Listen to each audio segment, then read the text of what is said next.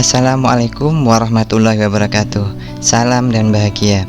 Saya Gunawan Bakti, CGP Angkatan 10, membuat kesimpulan, refleksi, dan pengalaman tentang pemikiran Ki Hardjar Dewantara pada modul koneksi antar materi modul 1.1. Saya menyimpulkan bahwa pengajaran adalah bagian dari pendidikan. Pengajaran adalah pendidikan dengan cara memberi ilmu atau berfaedah buat hidup anak-anak baik lahir maupun batin. Pendidikan yaitu menuntun secara kodrat yang ada pada anak-anak agar mereka dapat mencapai keselamatan dan kebahagiaan yang setinggi-tingginya baik sebagai manusia maupun sebagai anggota masyarakat.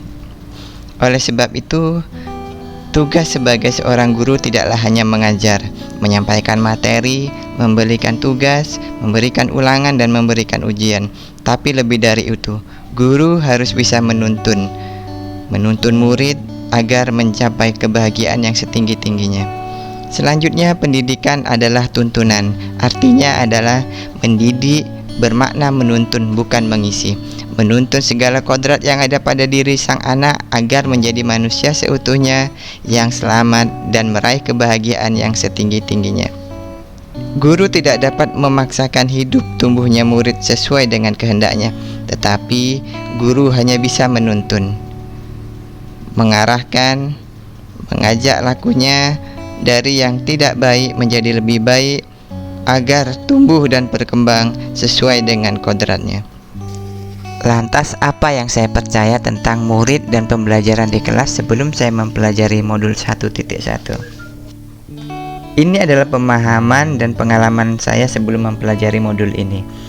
Anak adalah kertas kosong yang dapat kita isi sesuai dengan kehendak kita.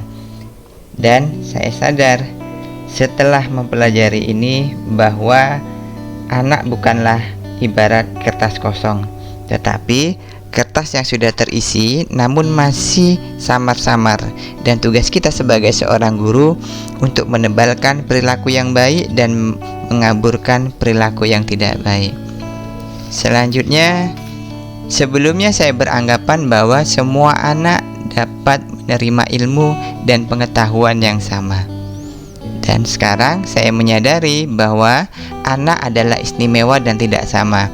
Mereka memiliki kodrat-kodrat yang berbeda, dan tentunya sebagai seorang guru kita harus bisa menuntun tumbuh kembang sesuai dengan kodratnya, dan tidak bisa kita memaksa menjadi apa yang sesuai dengan kita inginkan.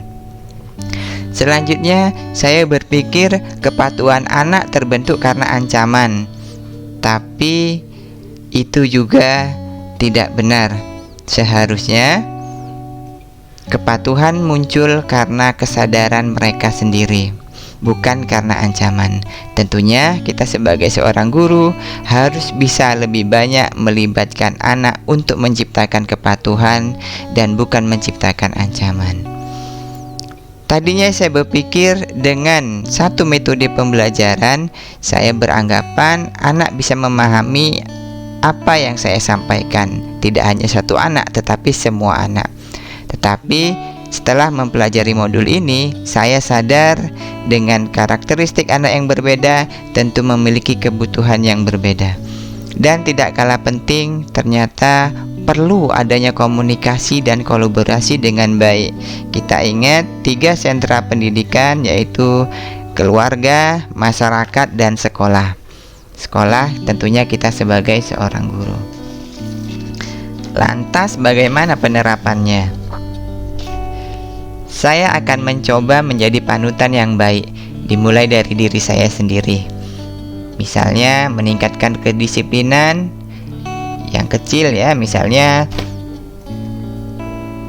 menggunakan pakaian sesuai dengan aturan, hadir tepat waktu, menyambut siswa dengan ramah, sopan santun, dan tentunya kegiatan-kegiatan yang seperti ini akan menjadi teladan bagi peserta didik kita.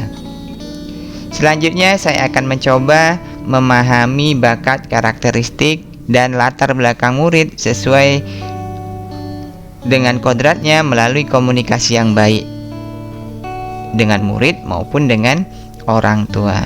Saya akan mencoba agar selalu hadir sepenuhnya untuk murid ketika murid memiliki masalah atau ketika murid ingin menceritakan sesuatu, dan tidak langsung menyalahkan.